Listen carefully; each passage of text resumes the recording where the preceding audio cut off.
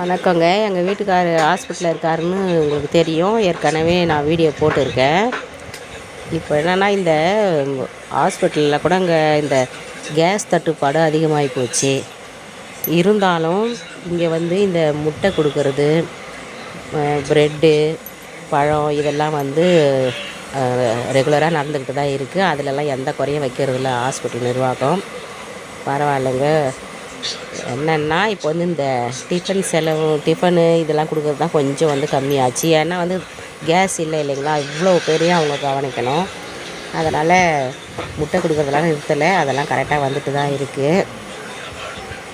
அதை தான் சரி, இப்போது நம்ம அதை பற்றி பேசலாம்னு சொல்லி தான் இந்த வீடியோ போடுறேன்.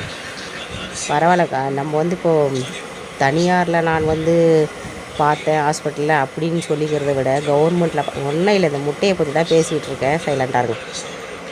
அதனால் இப்போது நாம் தனியாரில் இவ்வளோ லட்சம் கொட்டி இப்போ நான் ட்ரீட்மெண்ட் பார்த்தேன் அப்படின்னு சொல்லிக்கிறது தான் பெருமைன்னு நினைக்காதீங்க.